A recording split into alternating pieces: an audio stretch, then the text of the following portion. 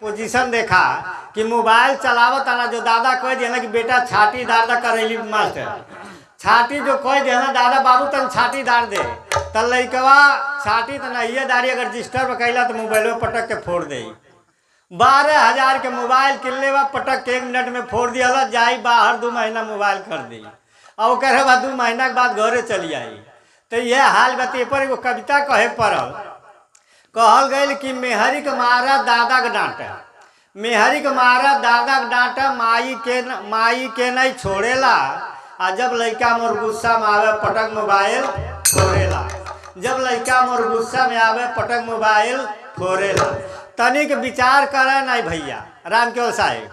तनिक विचार करे नहीं भैया कैसे जग में रहे के बा आ कब कहाँ और कैसे कितना कौन बतिया कहे के बा ओकर तनिको फेरा नहीं बा दादा के संगतिया आ गए ना कोनो बात भल तो उल्टा सीधा जवाब दे साधु संत आ गए ना तो कही जा तू वहीं दा पानी होनी हम नहीं देव तो तनिक विचार करे नहीं भैया कैसे घर में रहे के बा आ कब कहाँ और कैसे कितना कौन बतिया कहे के बा बोलिए एक ऐसा हुआ बनलो रिश्ता तोड़ेला आ जब लड़का मोर गुस्सा में आवे पटक मोबाइल फोड़ेला जब लड़का मोर गुस्सा में आवे पटक मोबाइल फोड़ेला। आजकल के देखी जितना बिया दोनों पक्ष के मर्जी से नहीं होता उतना जाके मंदिले में होता उतना बिया जाके मंदिले में होता। गरीब से गरीब माता पिता दोनों पक्ष के लड़का के जिए खातिर सर सामान देते रहना साधन देते रहना दोनों पक्ष जौन बा दुखे सुख में खड़ा होते रहना। अब न मैये दादा पूछा था न ससुररिये के पूछी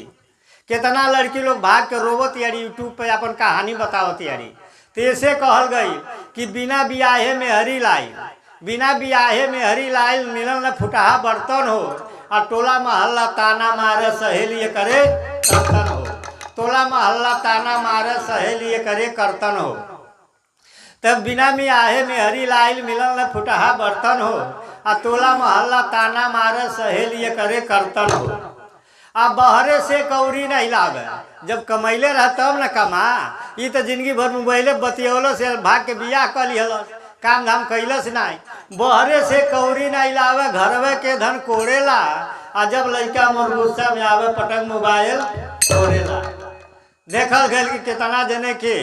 माता पिता के बीचे में एक लड़का रहल लेकिन माई के अपन भावर घूमे नहीं दिहल से सारा माता पिता के सपना धुल गई। आगे कहल गई कि कहेला दादा खेतवा बेच दा काहे सब काम कैसे चली कहेला दादा खेतवा बेच दा लालच दे भड़कावेला आ नाई त का करब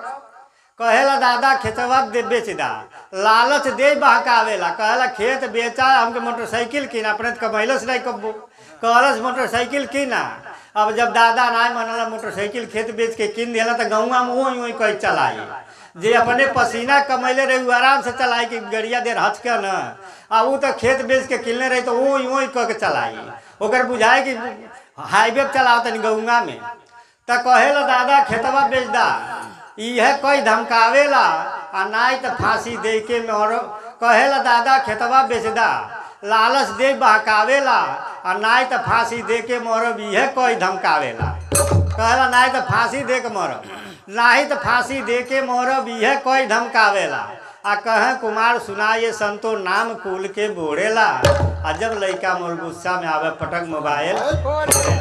जब लड़का मोर गुस्सा में आवे पटक मोबाइल